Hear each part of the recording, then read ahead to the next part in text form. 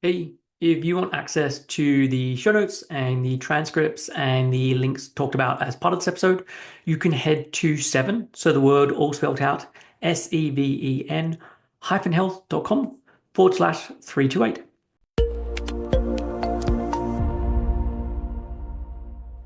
Hey everyone, welcome back to another episode of Real Health Radio. I'm your host, Chris Sandel. I'm a nutritionist and a coach and an eating disorder expert, and I help people to fully recover.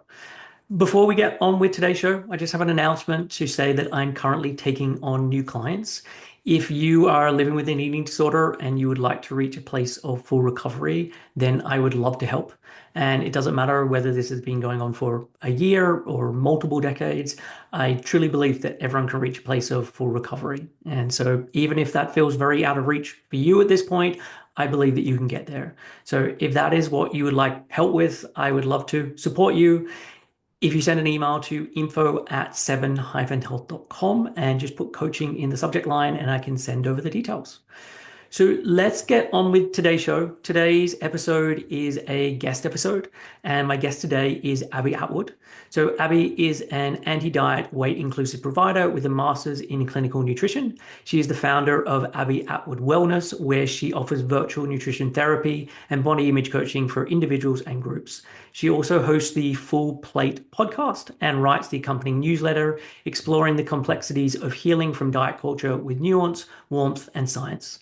Abbie's passion for this work is deeply personal. Her own experience with an eating disorder, shaped by the intersection of competitive running, OCD, and chronic illness, fuels her commitment to supporting those who don't always see themselves in the traditional narrative of disordered eating. She works with clients worldwide, helping them to break free from chronic dieting, body shame, compulsive exercise, and disordered eating. Her approach is grounded in self-compassion, social justice, and body liberation, guiding people towards a more peaceful and respectful relationship with their bodies. Abbie splits her time between Maine and the Bay Area with her husband and their two quirky rescue pups. She's a devoted lover of breakfast, books, the ocean, and all the ice cream. So I've been following Abbie for maybe the last year or so. I found her through Instagram and I always love what she puts out there. And so I wanted to have her come on the show. So as part of this episode, we talk about her eating disorder and what led up to it, but more importantly, what helped her to recover. And I loved getting to talk to her about this and her really reflecting on the things that really mattered in her recovery. We go through the very common question that people ask themselves, which is whether recovery is worth it and what to do when these thoughts come up. We chat about body image and what to do if you experience the feeling of, but I don't like what my body looks like. And Abbie has some really great advice in this area. And we also cover self-compassion and using values to make decisions and many other topics. I love chatting with Abbie. She's very easy to talk to, and I loved everything she had to share. We had less time than the usual 2 hours, but I think we packed in a ton in the limited time that we did have. So that's it for this intro. Here is my conversation with Abbie Attwood. Hey Abbie, welcome to Health Radio. Thanks for joining me today. Hi, Chris. It's really nice to be here. So I want to, as part of today's call, I want to talk about you and your backstory and how you got into doing what you're doing, and then focusing on a lot of the different areas that you work on with people. I've gone through your podcast. That there's so many different topics and great topics that you cover, and I want to be able to talk about some of those with you. And so there was a really interesting thing on your site. You said the road that led me to this place was a culmination of factors, multiple autoimmune diseases, and an identity that was overly wrapped up in my running career and the nature of my highly sensitive and anxious personality. So Mm. I want to see if we can hit all of those pieces, but just as a starting point, tell me about your relationship with food growing up. So growing up, I was someone who was very fortunate. And I think that's actually an interesting part of my story because it definitely was not driven by like family dynamics or home culture that I developed an eating disorder. And, I didn't develop an eating disorder until I was about, 20 years old. Okay. Um, so I was really fortunate. Like there weren't dieting rules in my house. There were all foods, my mom cooked anything. Like we were never, there was no food shaming. There was, I was very lucky when it came to food. And it's interesting because both my parents were physicians, but they just had a very kind of, I've never seen either of them diet, never seen either of them, say things about food in that way. However, I do think, and as I've done this work over the last few years, or not few years, many years, I've realized like I think a lot of that was because of thin privilege in my family. Like no one Yep. in my family struggled, so to speak, with that in that way. Yeah. So I do wonder if I had been in a different body, would food have been policed differently in my home, right? Yeah, for Um, sure. And have you had conversations now, the work that you do in terms of being anti-diet and all of this approach, when you have conversations with your parents now about that, how on oh board my or God, not Chris, are should we make they? that a whole podcast? Oh my gosh, have I had those conversations? Hi mom, if you're listening.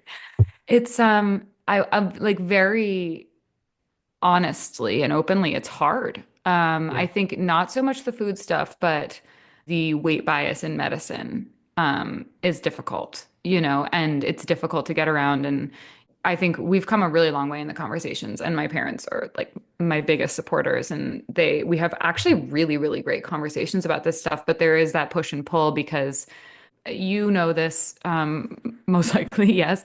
But I think doctors and physicians really get steeped in anti-fat bias more than even someone outside of medicine because of the training, right? Like for so long, it's been very, very rooted in that. So that's where the like kind of tension has arisen here and there, but they're such open people and like growth oriented people and they're interested. And so I also think witnessing me struggle so much for so long opened their eyes to just that people have different experiences with this. Just because food was never complicated for them does not mean that that's the norm.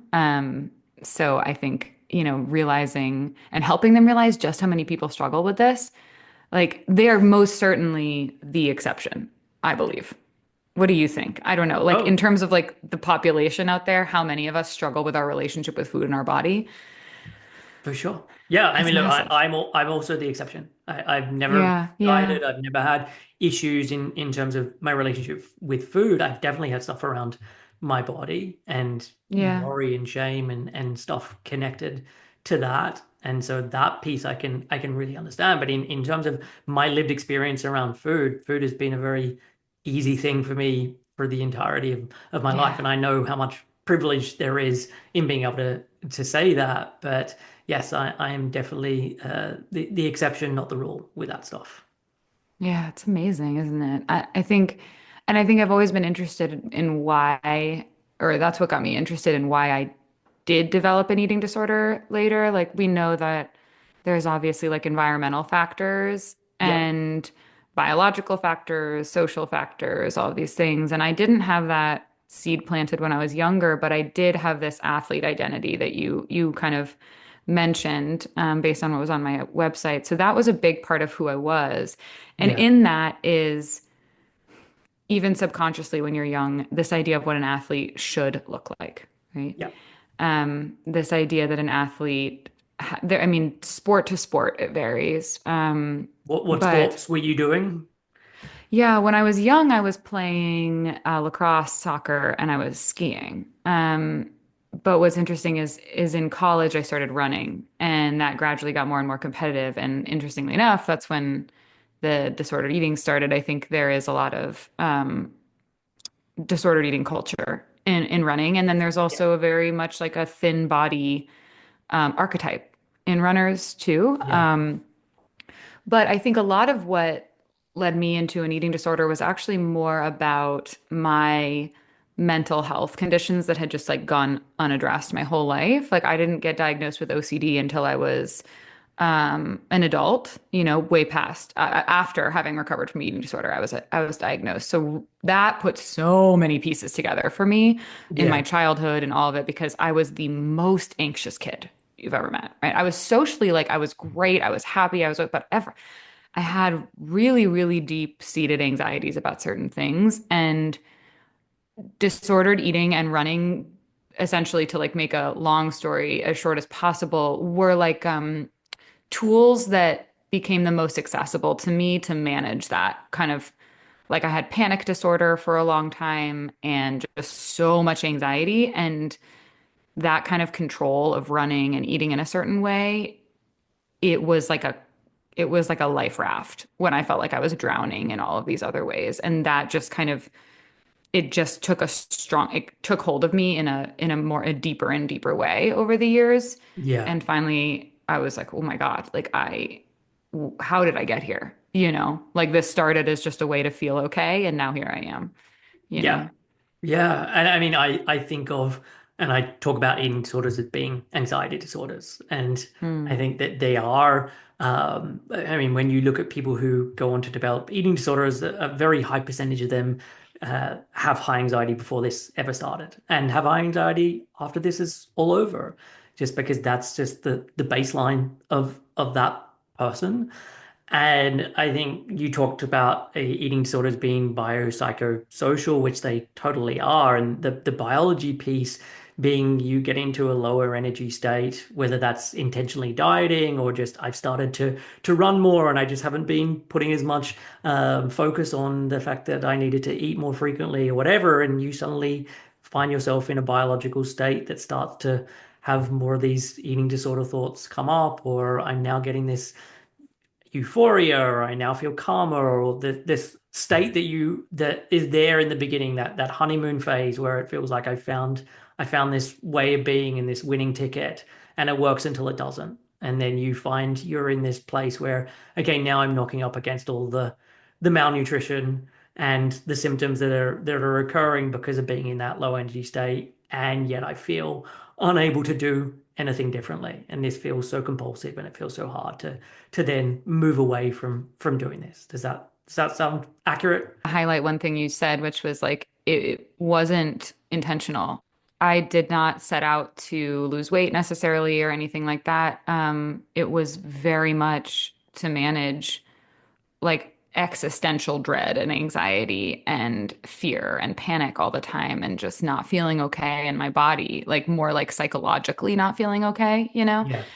But to your point, and like what's been demonstrated in a lot of the research is like once we get into that like malnutrition, you know, deprived state, it drives more obsessive behaviors around that. And you can imagine for someone with undiagnosed OCD, Yeah. that was just this huge spiral for me. And running became more obsessive, and eating in a certain way became more obsessive because it was more about the routine itself, like Yeah. more about the just the rigidity of doing everything this certain way every single day.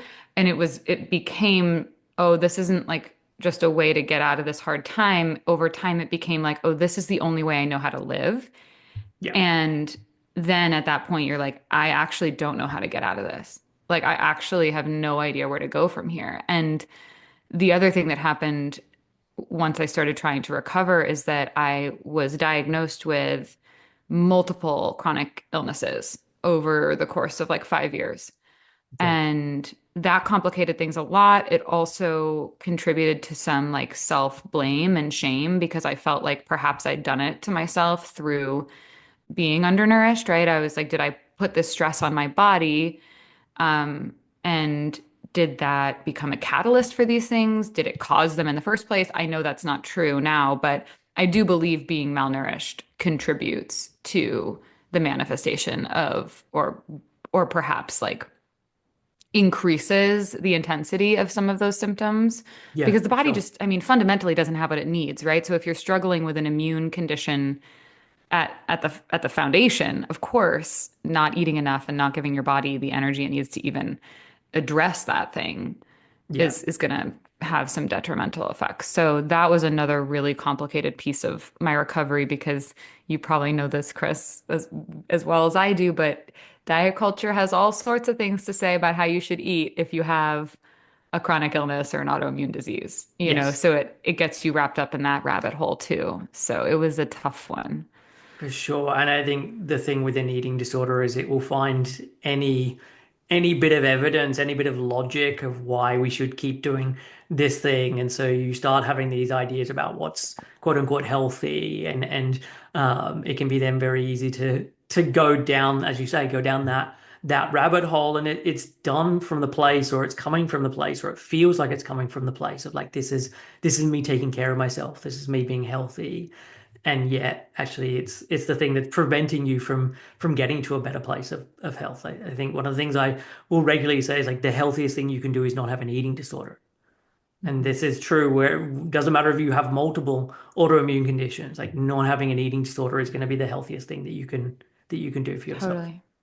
Totally. Because I think like at the core, I mean, we have to, it takes time because I think we're not able to really see what's going on unless we get some support or we work through it. But like at the core, if you're kind of living in that state of like reactivity to what's going on around you, you're coming from a place of fear, right? And you're like you said, it feels like you're taking care of yourself, right? Oh, sure, I'll eat this way to, manage this condition. I mean, but you don't look at the evidence around that. You don't look at the research is really, you're like, oh yeah, this sounds great because I can just control food again.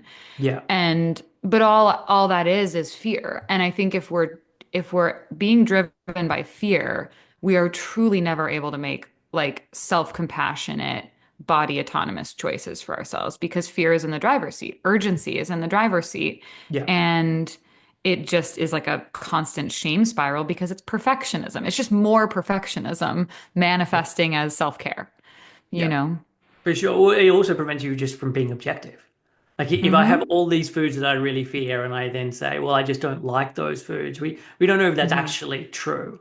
Or it's just Mm-hmm. the fact that, Mm-hmm. okay, it feels safer to choose these other foods that I've labeled as being healthy or okay. And so we need to get to a stage where, okay, everything is on the menu, and now I can then start to be objective about what does truly work for me and what doesn't work for me. But it takes a while to get to that place. And I think too often people are trying to make those decisions while still being very much in the grips of an eating disorder, while I have all of these off-limit foods, and you're just not able to truly be making objective choices. You're being heavily influenced by the fear. Yeah, that's kind of the body autonomy piece that I mentioned. It's Yeah, like we don't have autonomy with an eating disorder. We don't have autonomy when we're listening to diet culture's random rules. Or when we're being driven by fear or, feeling like we're failing in some way. It's always going to be like we're grasping at anything to help us feel okay and feel safe. And I totally agree with what you said, that objectivity is lost. Like, I convinced myself for years that I shouldn't eat gluten or dairy. yeah, Those are two common categories that yeah, get demonized. And then by the time that I was starting to realize that I could eat those things, I had kind of convinced myself that I didn't like them in the first place. And so it was a whole process to like come back to a place where I was like, okay, I'm going to try these things and objectively try to figure out like what I like, what I don't like, and to take that a step further, like what feels good and what doesn't feel good. Like, is this actually genuinely making me feel a negative symptom? And what I found is it absolutely wasn't. yeah, But our belief that it will can certainly create a symptom, yeah, you know? for, for sure. And so tell us more about your recovery and Mm. what that looked like. What are some of the things where you're like, hey, I want people to know this. Because and look, I know it's N equals one, but like what was your experience and Mhm. what were the things that helped with that? So for me, a really big piece of recovery for me was um, disentangling food and movement. I very much lived in like this exchange system, this like prison between what I ate and how much I exercised for a really, really long time. And it became, what was at first more of like a restrictive eating disorder, very much became like a kind of binge purge disorder through food and exercise. So Yeah, like exercise was effectively what I would consider the purging, right? Like of feeling really bad about what I ate the night before because my body was finally pushing me towards eating, but it would happen at night, yeah, which happens to a lot of folks and a lot of my clients. And there's a ton of shame in that because you sit out there after and you're like, what the hell just happened? What's going on? I have no control. What's wrong with me? So you wake up the next day and you try to quote unquote be good again. And so it drove that really painful cycle for me for a long time. So I had to disentangle food and movement. So a couple things that meant for me was I stepped back from exercise. Yeah. Um, there were times in there where I was forced to because of I started getting a lot of injuries. So the chronic illnesses that I have, well, two of them are pituitary driven.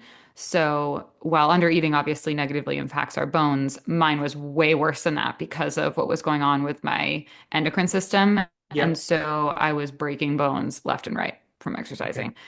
And so there was a lot of forced rest, but then eventually it was like, okay, I need to just deliberately rest and step away from this and rethink what it means to live in my body without this Yeah. constant battle between the food and the movement thing.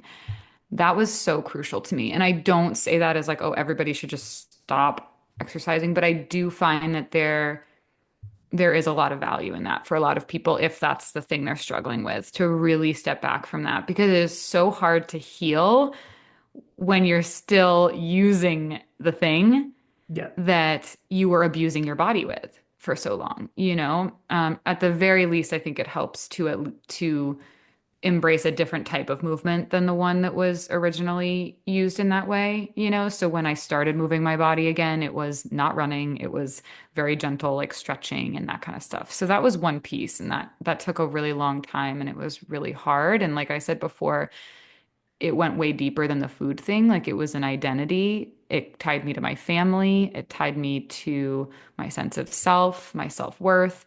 So Yeah. it wasn't just disentangling the two. It was like, who am I? Like, if Yeah. you take this thing away, then who am I? You know, like what makes me me? And because it's such a precarious place to be when you define yourself by one thing. And I realized that because that thing could be taken away in a flash. You Yeah. know, it's not guaranteed. So I think that was essential. And Was how, like, that part? I want to hear more how you transition through that period because that comes up so much for people where they're like, okay, Yeah. this is my identity, whether it's I'm the runner or I'm the fit one or I'm the healthy one or whatever it may be. And I'm now having to essentially lose this thing and take on this new identity. And I know that that can be just so Yeah. destabilizing for people, or it feels like, okay, I'm having this really messy in between period where I just don't know who I am. And so how did you navigate getting through that piece? Yeah, just hearing you say that makes me like ache for my younger self. You know, like I still feel that because it's grief. Yeah. I think it's grief work. And so I still feel that when I think about it. I still think about the loss of that. And not in a way that I'm longing for it again, but in a way of just like having a lot of compassion for my younger self and just how tethered I was to that thing for so long and how much it prevented me from living my life. And Yeah. so I think that's one thing. I think that what I had to do was I had to actively let myself grieve that thing, grieve the loss of running, Yeah. from who I was. And I can speak to like practically what that looked like, but I think mentally and emotionally, what that involved was like really letting myself feel what I was feeling and then getting curious once I felt safe, getting curious about what that was giving me. Like, why? Why did that identity feel so important? Yeah. For me, it came back to a sense of belonging, a sense of safety, a sense of value. It was tied up in my family a lot, I realized, like getting Mm. approval and feeling loved.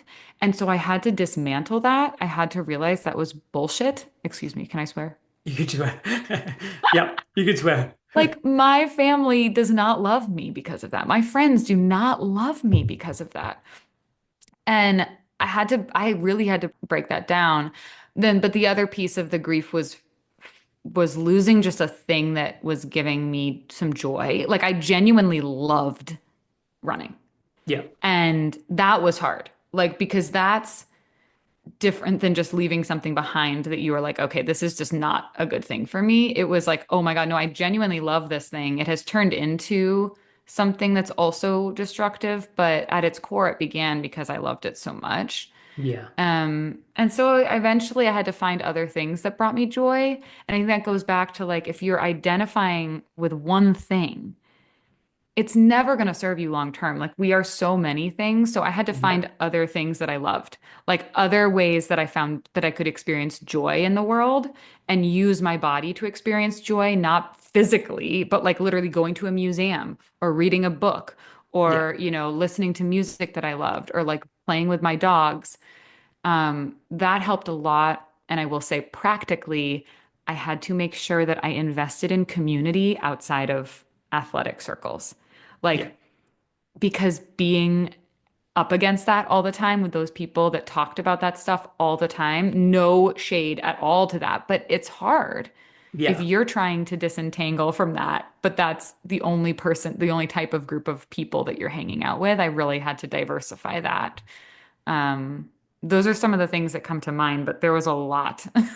Cool. No, that There I was a mean lot that's of really, resting. really useful. And I mean in Yeah. terms of the identity diversification, I think that's a really important thing. As part of one of the well, part of the program I run, one of the modules is looking at this, or one of the videos is about this. And there's a Tim Ferriss quote connected to this, and I have mixed feelings about Tim Ferriss. I think he does some I was gonna wonderful say. stuff, some stuff that I is highly questionable. But yeah, there's a quote around the importance of identity diversification, because if you put your identity all in this one thing, that thing could very easily go tits up, and then you're left with nothing, and you're then left Nothing. in a situation where, okay, I don't, who am I now? And so I think it's important to have all of these different things. And as you said, if all of my friends are doing this thing, I'm gonna need to find a new group of friends. If Yeah. you're, I don't know, discovering you've got issues around alcohol and you're now starting to go into Hmm. sobriety, if every one of your friends is in the pub, or in a bar every single weekend, okay, we're going to need to find some new friends at least for a while, so that I Mm. can find other ways of being, so that I'm not just constantly feeling pulled back to that thing, or feeling resentful about this thing, or all the emotions that would then come up when you're knocking against the fact that I'm now no longer choosing to do this thing, and there are other people who are choosing to do this thing. Yeah, I think relationships are actually a really core part of this work. Like I think about my husband has been central in just keeping me stable all these years. And me for him, he was an addict. And so it's interesting you brought that up because we sometimes talk about the similarities and differences between those recoveries a lot, and it's really interesting. But Yeah, I think those relationships, like my friendships, my family, those were really important things and things that I had lost touch with in a lot of ways because disordered eating and disordered exercising are very time and energy consuming, yeah, right? And they isolate us. They make us not, maybe go to certain events, or they make us a little bit more rigid with our time and how we want to spend it. yeah, And even when we are with people, we're not super present because if you're constantly worried about food and your body and all of that, it makes it really difficult to like fully enjoy whatever you're doing. yeah, So I do think that was a really, really important part, not just, building new friendships outside of, athletic circles, but like really thinking critically about who I am and who that means I like to be with, based on like my values. yeah, I know some people can like cringe at the like concept of values work, but that actually helps me a lot. Like if yeah, you can identify what you truly value in life and bring yourself back to that and stay grounded in that, you realize you will not look back on your life and wish you had been more obsessive with food or exercise. You will wish you had spent more time with the people that you love. You will wish that you lived a life authentic to yourself and yeah, true to who you are. And that, I mean, I'm a person that like really mattered for. Like I thinking about that all the time really mattered to me. And yeah, so did learning about the social justice issues that intersect with all of this work in terms of just white supremacy culture and the roots of diet culture in all of these other systems, just like hustle culture and I don't know. It's a lot, right? You like start to realize like, well, I don't want this for other people. Like I wouldn't want to treat somebody else like the way I'm treating myself. Yeah. This doesn't line up with what I want, what kind of world I want, you know? So that helped me a lot was the big picture. Which is hard to grasp in those really hard moments, like if you're having a really terrible body image day or whatever, like, but when you can reach for that, it helps a lot. Yeah, for sure. And I don't cringe at values work. I think it's so helpful, and I use it a lot with clients Hmm. because I think for me, values don't have to be set in stone. It's not that the values you say are your values now have to be your values in 20 years. It can be, okay, I'm gonna look at, I mean, often it's like, let's look at some different values and imagine, okay, if we make these your values and you live in alignment with them, let's see what starts to happen with your life. Like, let's see what are some of the choices that you start to make. Because I think you can very much, okay, I'm having, as you say, this bad body image day. And I'm also going to come back into, okay, I said my value is integrity, and I've defined Hmm. what integrity means. Or I said my Hmm. value is openness, and I've defined what openness means. And so if I'm struggling with this, what would someone who has those values do in this moment? And it just kind Hmm. of helps you to come back to making choices that feel like they're much more about what is genuinely good for the quality of my life and the person that I want to be, as opposed to I'm just getting pulled by the fear or the emotions or the current state that I'm in. And this Hmm. transitory state that I'm feeling in this moment that feels so permanent is not, but what could I do in this moment to come back to, okay, what is actually the thing that is important to me and how do I want to genuinely live? Yeah, I mean, I realize, I think that's so well said, Chris. And like, I realized, for instance, that, my values are, compassion and inclusivity, equity, humor, for sure, like joy, right? And Yeah, I mean, I'm a goofball at my core, yeah, and authenticity. And living with an eating disorder and, organizing my day around food and my body and exercise like did not allow me to live into any of those things. It yeah, reinforced the idea that there was a quote unquote good body to have. It was the opposite of compassion. It was very punitive and judgmental and critical. It yeah, was not authentic. It was not who I was, right? It had nothing to do with inclusivity and equity, and it definitely stole humor and joy from my life. And so I think stepping into like the weight inclusive, fat positive space with nutrition and everything and body image and body liberation opened my eyes so much more to that too. Like yeah, that I believe all bodies are worthy bodies. And so why was I buying into this idea that mine was only worthy if it looked a certain way? Like, because by doing that, I was part of the problem. I was yeah, peddling the injustice of, body shame and oppressive ideas about weight and worth. yeah, And I that made me feel really icky and terrible. yeah, And I had to sit with that and go, wow, this does not square with what you believe. So if you keep doing this, you are contributing to this, you yeah, know? And compassionately saying that to myself, not like shaming myself, but like compassionately being like having like a conversation with myself, like yeah, no, this is not what you want, and if you do this, know what it's doing, you yeah. know, and that Yeah, and I reckoning think with the that is hard. compassion piece where you can Hmm. realize, okay, this isn't who I want to be or in alignment with my values.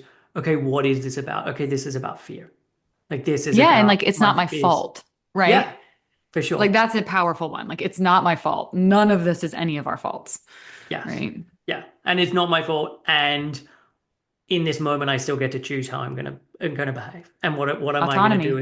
as the next Yeah. thing here. But I think it cuts through so much of the lies of the eating disorder thoughts and the eating disorder logic and all of that, so that you come back to like, no, no, no, let me be honest about what's actually going on here, Right. because none of this matches up to my values. This is because I'm scared in this moment, or something's Yes. happened, and so there's this state that has arisen within me. There's certain thoughts that have come up, certain feelings have come up, and I'm now just being shunted back towards this old Yeah. way of behaving and this old, Old thought uh, patterns. yeah, all of that. And so being able to catch that, have that objectivity of noticing, and then, okay, cool. Now what do I want to do? Which I know the way I talk about it sounds like it's so easy. And I know in the moment it's not like that, but just having that awareness piece of like, okay, this is actually what is occurring in these moments. Oh, it doesn't sound that way to me because I really do believe that like we can't think our way out of this. I really believe we have to take actions and that align with what we want for ourselves. And Yeah. that can feel really inauthentic at first, you know? But I do believe in that. Like I believe we are, when we're struggling with an eating disorder, we have become an expert at having an eating disorder. Yeah. And it's because we've been practicing it for so long. We've been doing it day in, day out, all the behaviors. So to believe that we can just start thinking differently is just wildly inaccurate. And it sucks because most of us who develop eating disorders are very intelligent people. Like I say that to my clients all the time. Like usually it's very driven, highly intelligent people, and you want to be able to think your way out of it and you wait until you can. And if you Yeah. keep waiting, it's never going to happen. You have to start taking actions that align with how you want to feel and how you want to treat your body so that you become an expert at self-compassion rather than restrictive eating. I don't want to be an expert at restrictive eating. Yeah, for sure. It's just, I mean, if I think about the identity piece, part of the Hmm. reason why you had an identity as a runner is I spent so much time doing this thing. And so Hmm. it becomes your identity because I spent so much time doing this thing. Hmm. And it's the same with Hmm. an eating disorder. I've spent so much time doing this and behaving this way, like that becomes my identity and it also becomes the way that I behave. And so to take on a different identity and to behave differently, I need to, as you say, I need to take action. So yeah, I will Yeah. regularly say you don't think your way into acting differently, you act your way into Mm. thinking differently. And it's that Yeah, I you like need to that. keep doing these actions. And now I start to think about food differently, or I think about rest differently because I've done the thing to demonstrate and to have my nervous system and my body start to react differently to this thing because it's in Yeah. essence you're now retraining it how to be in these situations. Yes. Yeah, I agree fully. Yeah. So is there anything else? I know there's a million things that you could probably comment on, but anything else from your recovery that you want to just mention in terms of like this was a really important part of my recovery? Oh, okay. Well, we did start to touch on self-compassion, and I think that was really essential for me, Yeah. was just realizing how unkind I was being to myself. And so leaning into that, I think self-compassion was essential. And I like to kind of break it down for folks who are like not really sure what that means, is I think it's about meeting yourself with as much kindness as you can muster when you're suffering. Yeah. And it is not easy. Yeah. But I think, I always think like when we're struggling, in those moments we're struggling, whether it's with our body or food or something else, like we always kind of go into this like fix it mode of like, what can I do? How can I control this? And self-compassion is actually like acknowledging the pain you're in. Like, I don't think we do that Yeah. enough, if ever. Like, when do we actually sit back, put like a hand to our heart and say, oh my gosh, what a hard moment I'm having right now? Never. And yet we do that to a friend. I mean, that's how I meet a friend. If they come to me and are having a horrible day, that's the first thing I say. I say, "Oh my God, I'm so sorry. That Yeah. sounds so hard." I don't say, "Well, you should probably go, restrict and, shame yourself in the mirror and go do an exercise." Like, no. Um, but I think getting curious about, you and I touched on this a little bit, but like, why are we having the thoughts we're having? Can we get a Yeah. little bit more present and objective with that? Like, where did those messages come from? Why are we buying into them? What are they giving us? What would it be like to choose something else in this moment? Connection and community, like remembering that we're not alone and we're not like isolated in the experience is another part of self-compassion. And then the kindness piece, like, just really not being so mean to ourselves all the time. Like it sounds radical to be nice to yourself, and it shouldn't. You know, it Yeah. shouldn't. But that helped me so much, and it still does, Chris. Like honestly, it still does because life is inevitably going to be hard in all sorts of ways. You Yeah. don't recover from an eating disorder or get a much better handle on your anxiety or your OCD and suddenly like life is, rainbows and butterflies. It's hard, especially lately. It's been very hard. And I think Yeah. recovery from something like an eating disorder teaches us how to meet ourselves in other moments of suffering without abandoning ourselves. And I really think that's what it comes down to for me now is like, if I'm having a hard day, how do I take care of myself without abandoning myself? Because that's how I see eating disorders now, and mine for Yeah. sure, which was I thought I was coping in some way, but I really was abandoning and dismissing my body and my fundamental needs, you know? Yeah. So, yeah, kindness towards myself has helped a lot. For sure. And when you reflect on this, was it the eating disorder that really led you astray from self-compassion? Or actually, I wasn't particularly compassionate before I developed an eating disorder. And if I reflect on myself as a young kid or in my teens, yeah, that was definitely missing. Oh, that's a great question. I think it was missing. I think I actually think it wasn't a skill that I like grew up with. Yeah. I think that I was self-critical, which drove a lot of perfectionism and fear. Yeah. And I think a lot of that was because of undiagnosed OCD and anxiety and Yeah. just this, I would go into these, spirals of depression because of all the intrusive thoughts. And it felt so othering to me. And I was like, but this isn't who I am, right? I was this really outgoing, I've always been an outgoing, positive, optimistic person. Yeah. And so I would really fight against it. Like I would fight against those intrusive thoughts. I would fight against the anxiety. I would like get frustrated with myself for being like that. And I would feel like I was broken. Like I was like, what is wrong with me? Nobody Yeah. else feels this way.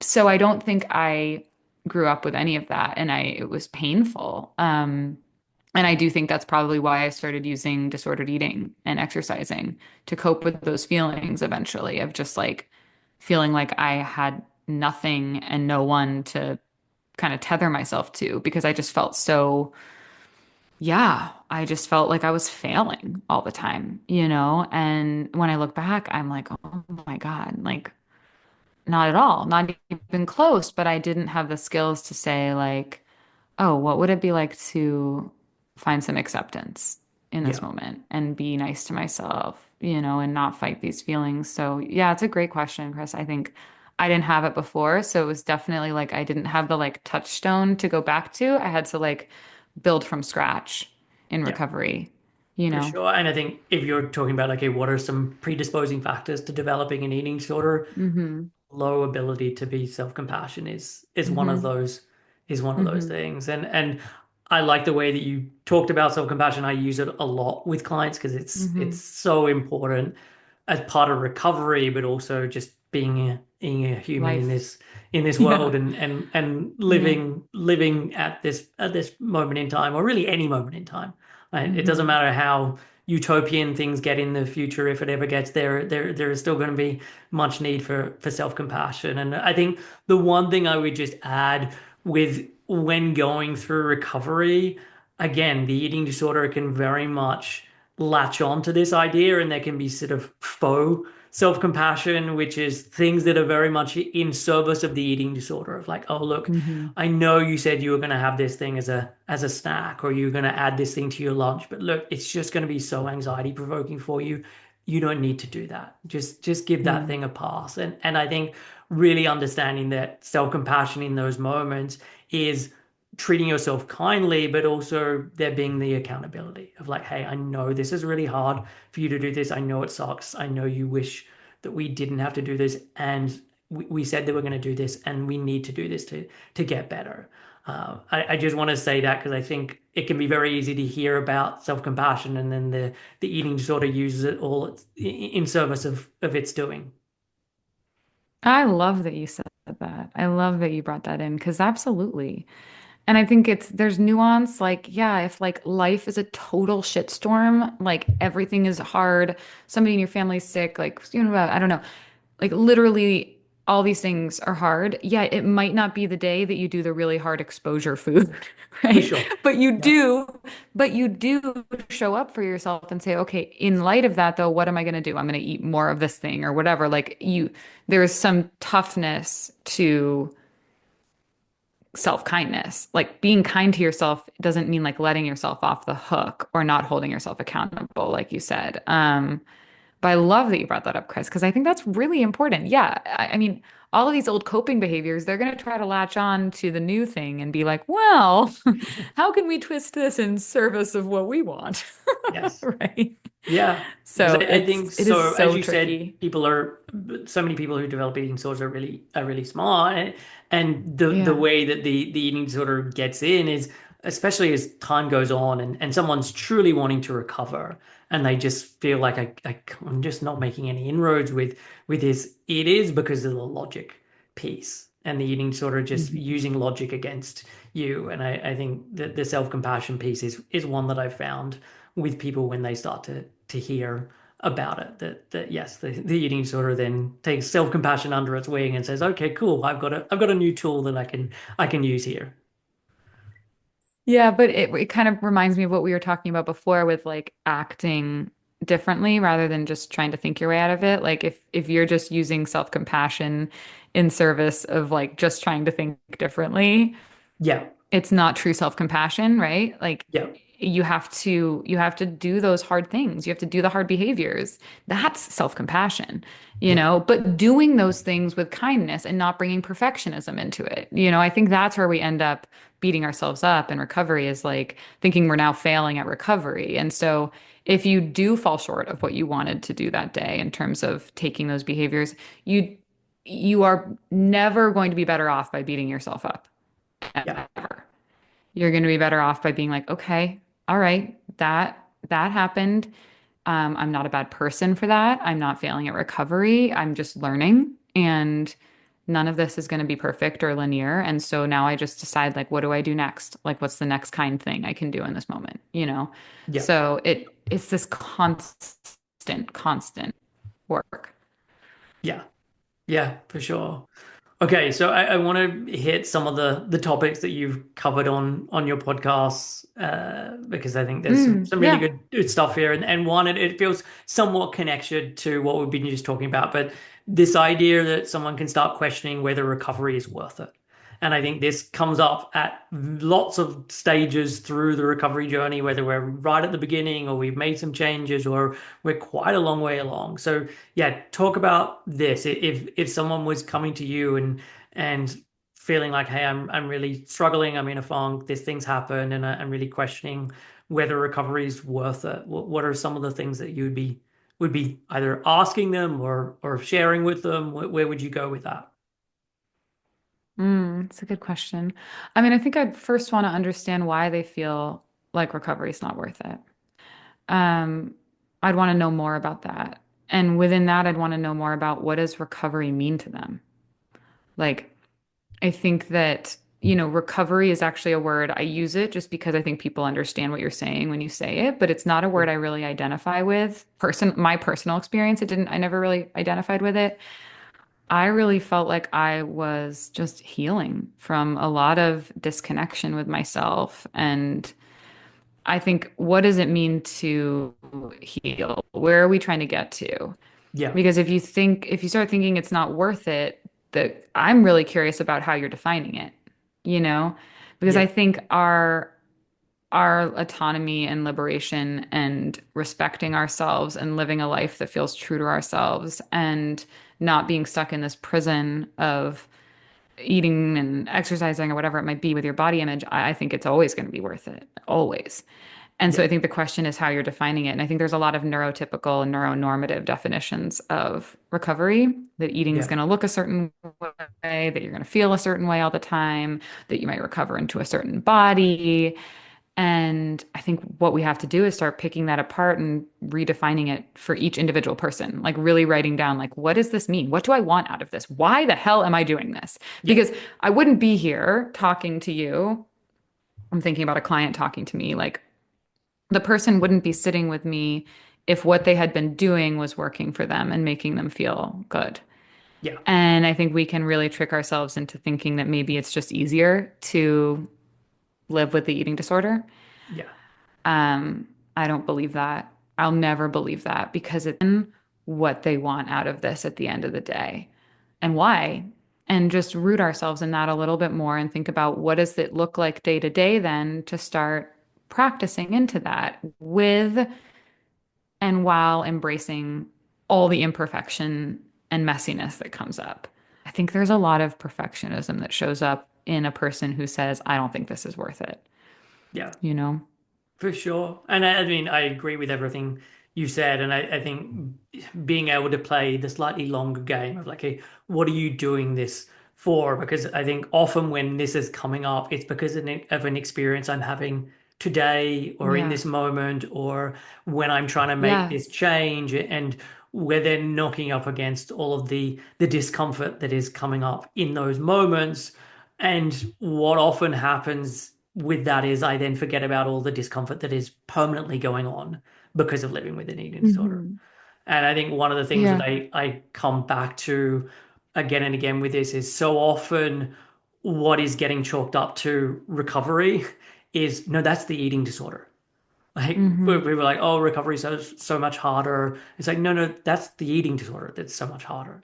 And really Hmm. connecting into, okay, it is the eating disorder that is making this thing really difficult. It is not recovery that is making this thing really difficult. Because I think it feels like, well, if recovery is the thing making it difficult, if I stop recovering, then I'm getting a holiday from all of this discomfort and pain and suffering. It's like, no, you're not going to get a holiday from any of this. Like maybe you'll get this momentary relief, but you're still, as you say, living in this same prison. And so if at least I can see all of this as being connected to the eating disorder, I'm not going to fool myself into thinking, okay, when I pull back from this, then it will get easier for me because it just doesn't. And I have a huge amount of compassion for someone in that moment of just like, I Yeah. get that it's really hard in this moment, and you're wanting to find any way of relief or making it easier. And the thing that your mind is convincing you is going to make it easier is actually not going to make it easier. Yeah.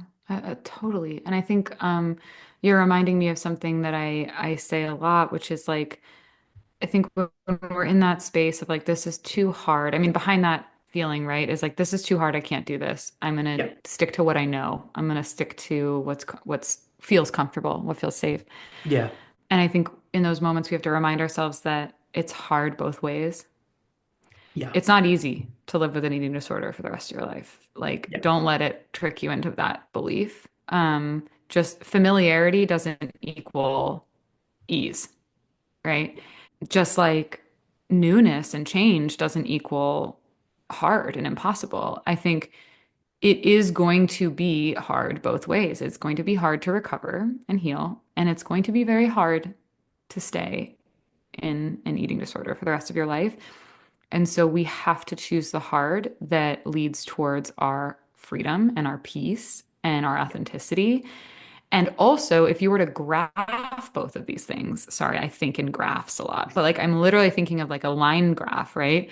If you were to choose the hard of the eating disorder, that line climbs over time, right? It gets yeah, harder and harder and harder to maintain an eating disorder. It destroys more and more and more and more of your life, your relationships, your work, your pleasure, everything, your connection to yourself.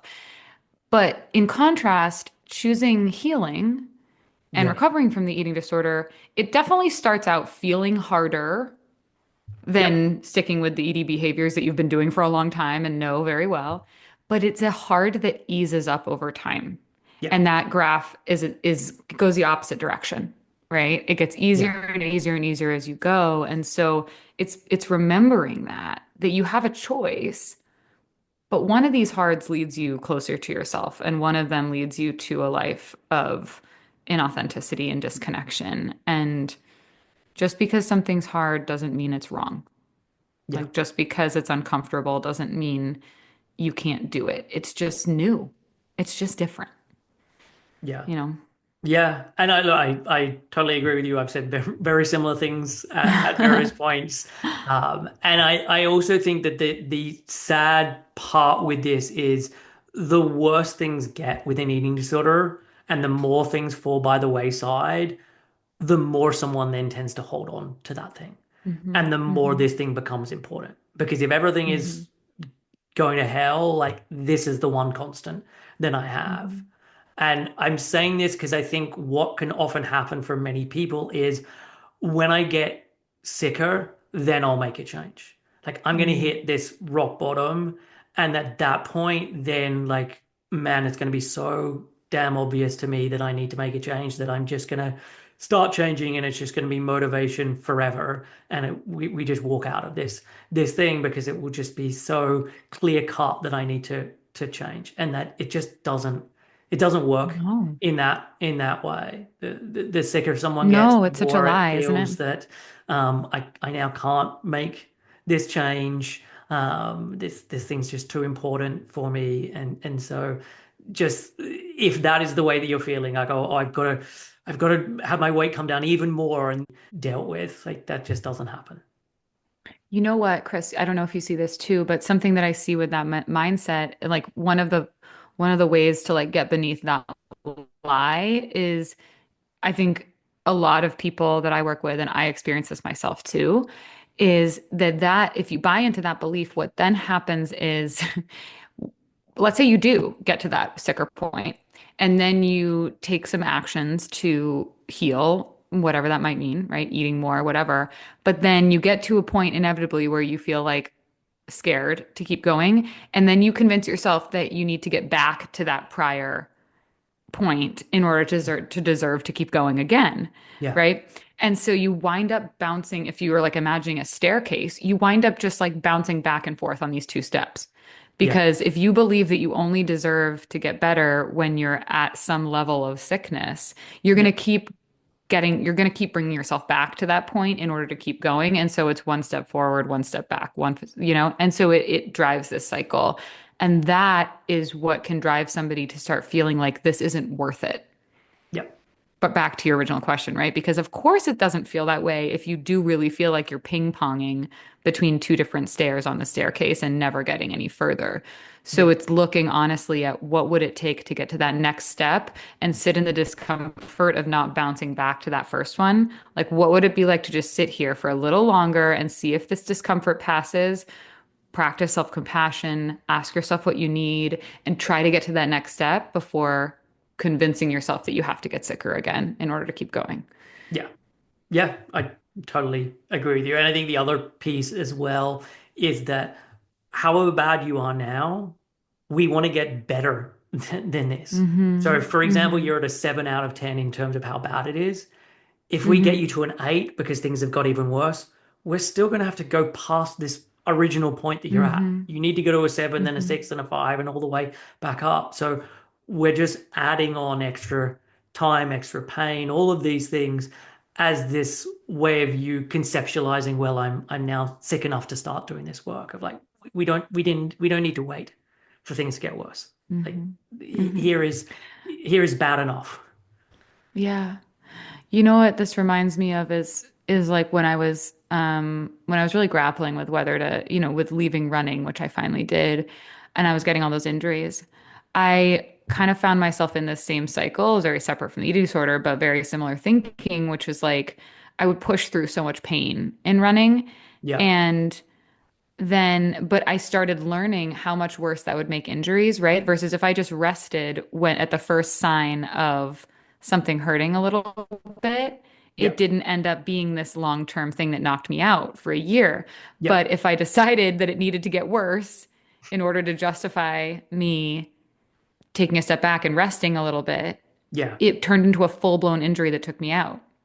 You know what I mean? And yeah, so I learned that the hard way of like, no, actually, like, you don't want this to get worse yes, because that makes things harder in the long term. You want to rest when you need to rest. And we can take that back to the eating disorder thing, which is like, why do we want this to get worse? It's going to make it harder and harder and harder and prolonged yeah, to heal, yeah. just like a bone injury.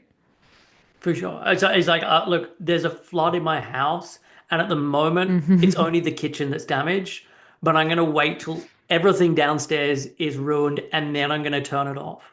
So, okay, we probably Yeah. don't need to just wait for that. And often the person who's saying, okay, it's just the kitchen who's flooded, the whole bottom of the house is already flooded. You're just not aware of how bad the flooding Hmm. is. And we Totally. don't need this to get worse before you start doing something about it. Totally.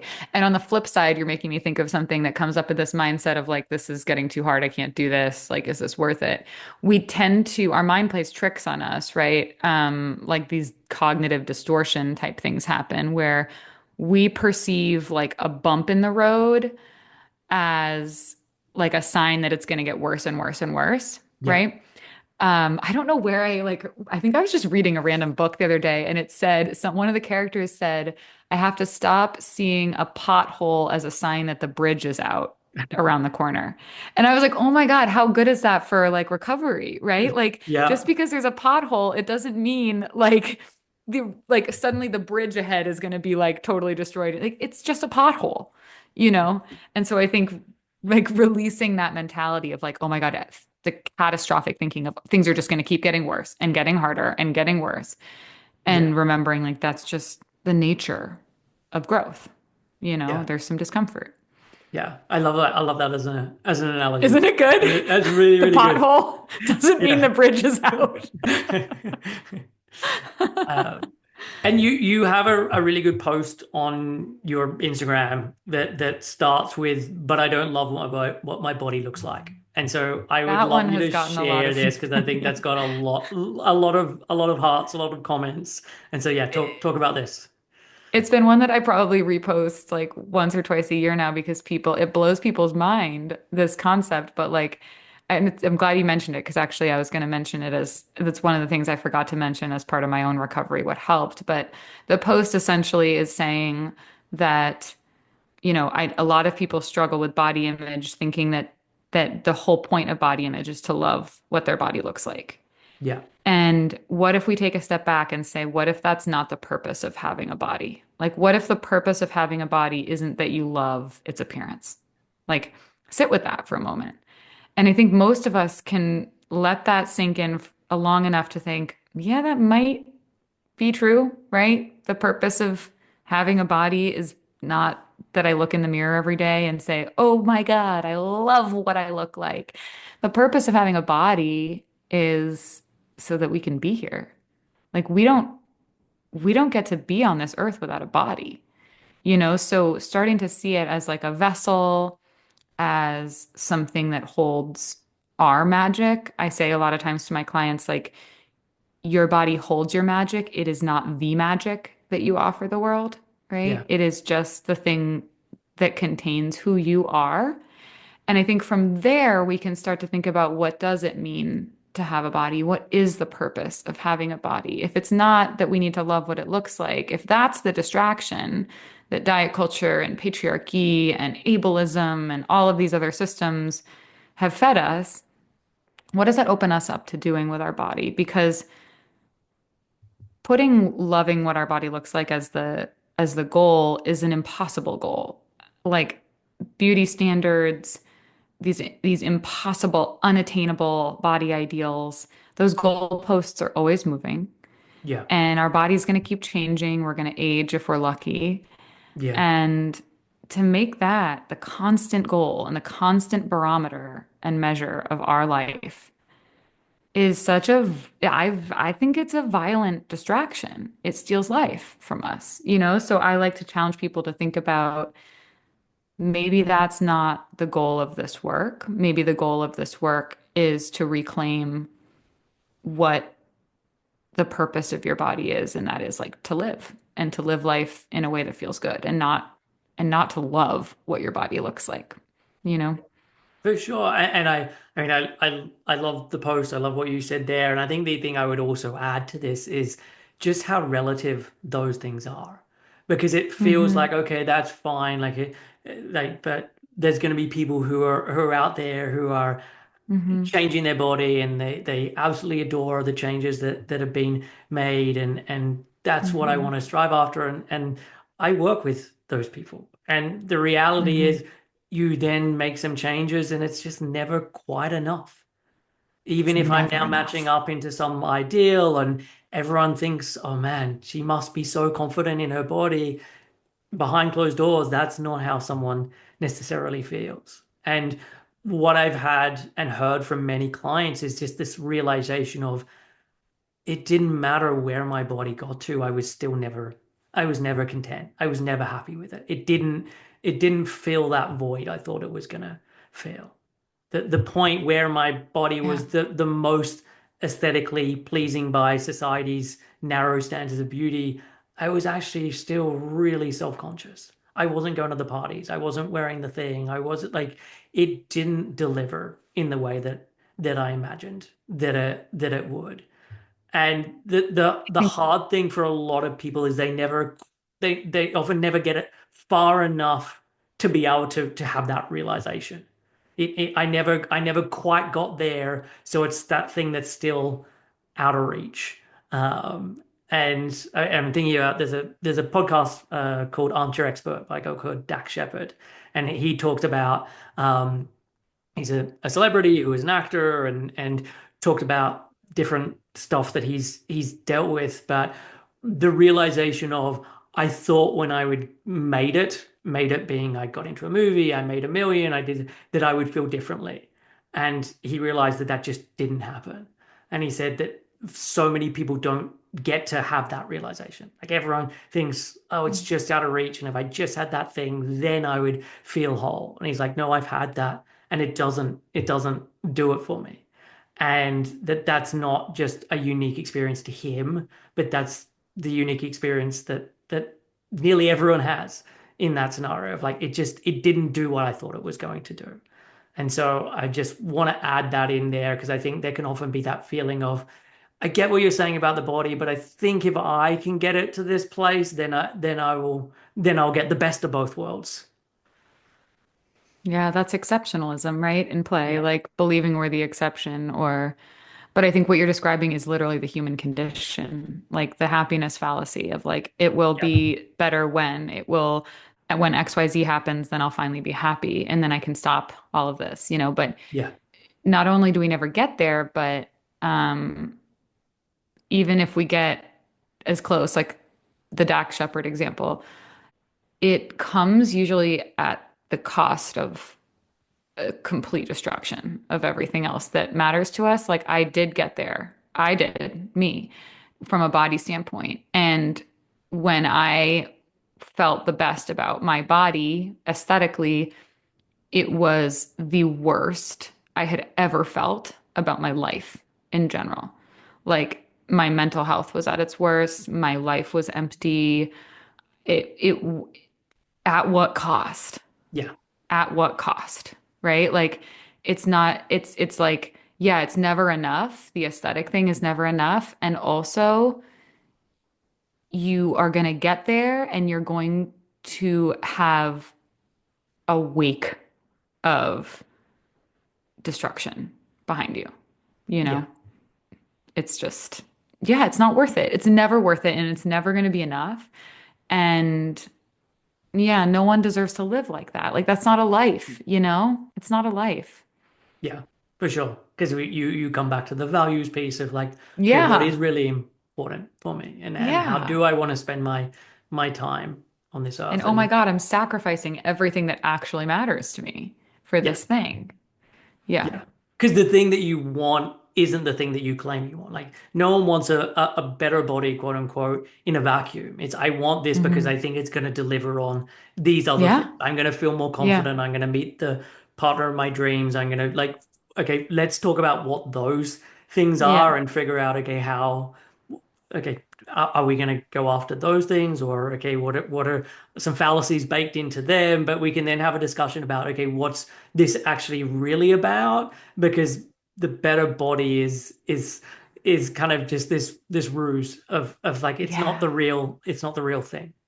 Yes. Totally. Totally. And we're told that. I mean, we're sold that day in, day out, that it is the thing. It is the thing that's going to make us happy. You know, the media does a really good job of that.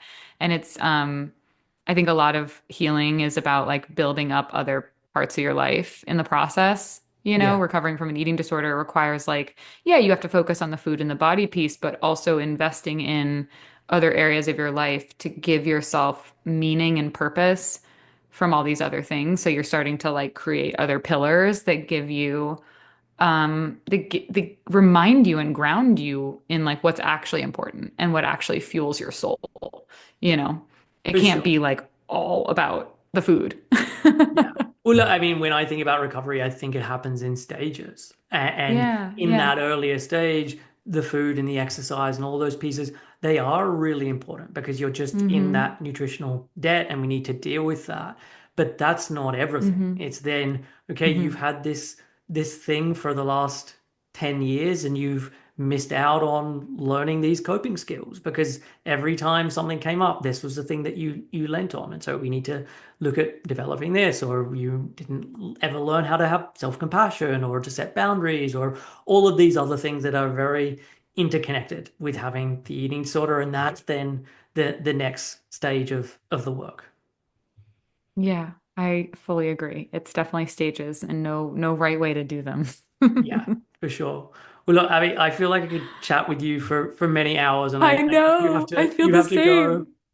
So the last thing I want to just ask is for people who have enjoyed this, where do you want them to be going? Where can they find out more information about you or find content from you? Where do you want to point people to? Yeah. Oh, well, first of all, thank you for having me. And I like actually feel like we could talk forever. We have a lot in common, don't we? Yes.